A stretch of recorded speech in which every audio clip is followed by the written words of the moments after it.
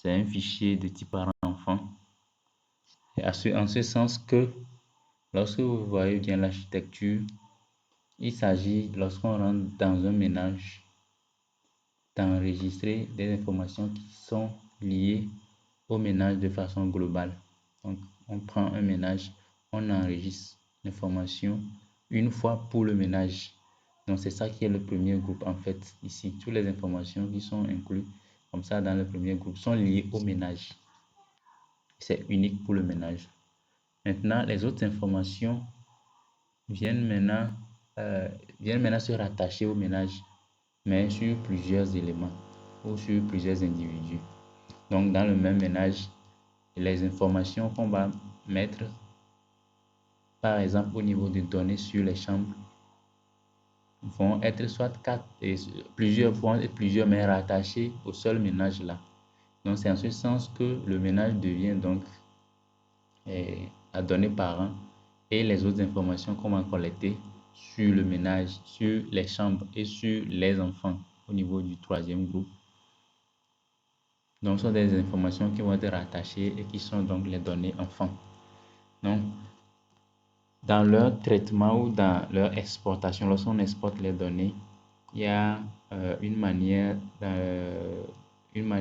avec laquelle le système gère l'information là. Donc, on a voulu montrer aussi cet aspect pour que on ne soit pas surpris une fois qu'on téléchargera le fichier, on se dise ah ça je l'ai jamais vu. Donc, on a voulu aussi montrer cet aspect.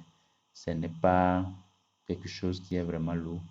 C'est juste pour montrer comment est-ce qu'on peut gérer cela. Donc, on va aller sur la plateforme et en principe, j'avais prévu normalement envoyer les liens pour que chacun puisse renseigner un. Ça va nous permettre d'avoir les infos, les données. Et je vais aller ici.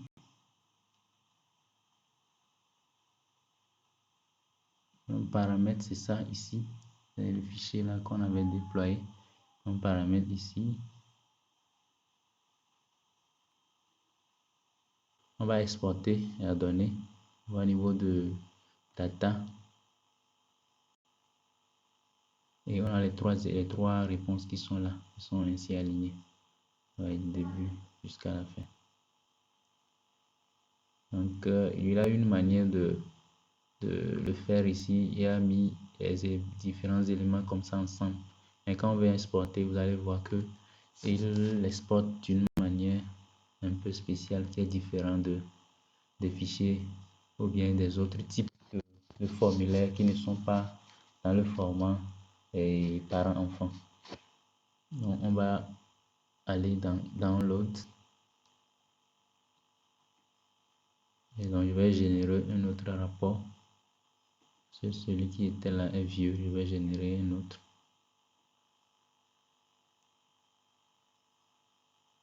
J'attends qu'il fasse le traitement et c'est fait. Donc, je clique sur Download. Il y avait, comment est-ce qu'on peut le dire? Je devais montrer ici, par rapport aux données parent-enfant, il n'y a que deux types de fichiers qu'on peut sélectionner ici. Donc, lorsqu'on vient dans Data, on prend Download et par défaut, c'est ce qu'il nous affiche. Donc, maintenant, généralement, on a la possibilité de choisir plusieurs types de fichiers. Mais pour ce qui est du type fichier parent-enfant, le type de formulaire parent-enfant, il est conseillé de prendre le XLS, l'Excel et l'Excel Legacy. C'est les deux là. Si on prend les autres, on n'aura pas les données comme on le veut. On ne pourra pas utiliser les données. Donc c'est ça le XLS ou le XLS Legacy, je crois qu'il veut dire ancien ou quelque chose comme ça. Donc c'est à la base de ça maintenant qu'on exporte et maintenant on vient télécharger. Donc c'est déjà téléchargé, on va aller ouvrir et ouvrir.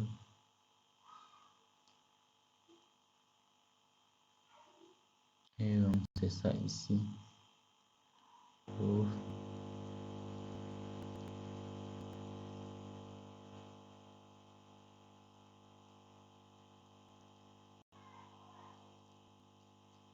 Et voilà, on est dedans. Je vais grandir un peu.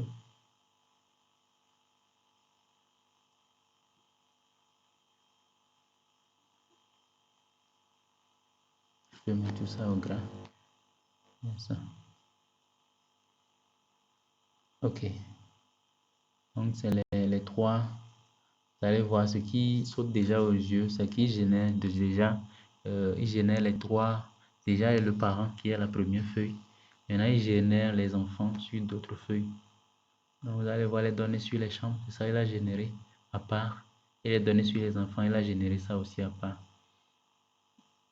Donc, ce que nous allons voir pour son traitement est que pour les données du parent, il attribue un code index qui est à la fin ici. Et euh, à la fin du tableau. Donc, le premier parent a le code 1, le deuxième parent a le code 2 et le troisième parent a le code 3. Donc, ces codes-là maintenant vont être attribués au niveau des enfants pour qu'on sache chaque enfant est attribué à qui. Il est enregistré sous qui. Vous voyez, je vais mettre ça au grand pour faire la différence. Et souvent, on écrit index parent quelque part. C'est ça ici. Je vais colorier ça. Je vais mettre en bleu peut-être ou en jaune, en bleu, en vert. Donc, c'est la colonne là qui permet de pouvoir lier maintenant à chaque enfant son parent. Et on serait amené à gérer les données de façon globale. Parce que tel que séparé là, on ne pourra pas faire les analyses qu'il faut. Donc maintenant, comme j'ai le code ici qui me permet de savoir que, lui là, c'est le parent 1. Donc je peux ramener les données du parent 1 devant. Ici, il y a beaucoup de choses ici qu'on va supprimer qui ne nous intéressent pas. Tout ça là, temps de soumission, est-ce que j'en ai vraiment besoin? C'est peut-être pour l'administration. Sinon, pour le gestionnaire des données, il n'a pas besoin de ça, on peut supprimer. Et donc maintenant ici, je vais aller prendre et ça là, je peux le faire un à un, mais on peut aussi utiliser la fonction recherche verticale qu'on avait vu entre temps. Mais ici, comme c'est pas beaucoup, on peut le copier un à un et aller coller. Donc, quelles sont les informations que je voudrais prendre ici pour amener là-bas qui m'intéresse? Tout ça là aussi ne m'intéresse pas, je supprime. Donc, ça aussi, c'est inutile pour moi. Et donc, je peux copier donc l'entête comme ça pour aller ajouter ici. Vous voyez un peu devant les enfants. Et maintenant, je vais ramener les informations du parent là qui est revenu plusieurs fois ici. Vous voyez, donc je peux, pardon, donc aller copier le premier parent. Ça, c'est parce que les données ne sont pas nombreuses. Sinon, il faut utiliser la fonction verticale. Donc, je colle ça 3 fois comme ça. Donc, vous voyez, les données là sont... Donc, je peux maintenant traiter de façon linéaire chaque donnée. Il reste une fois unique. Il reste une fois vraiment. Merci. Merci. Donc, je copie le deuxième qui a l'index 2. Je n'ai même pas besoin. Est-ce que j'ai pris l'index pour aller là-bas? Oui, je l'ai pris. Donc, je copie jusqu'au niveau index. Je copie. Et je choisis les trois en même temps. Je colle comme ça. Et je prends le dernier. Je copie. Et je colle également.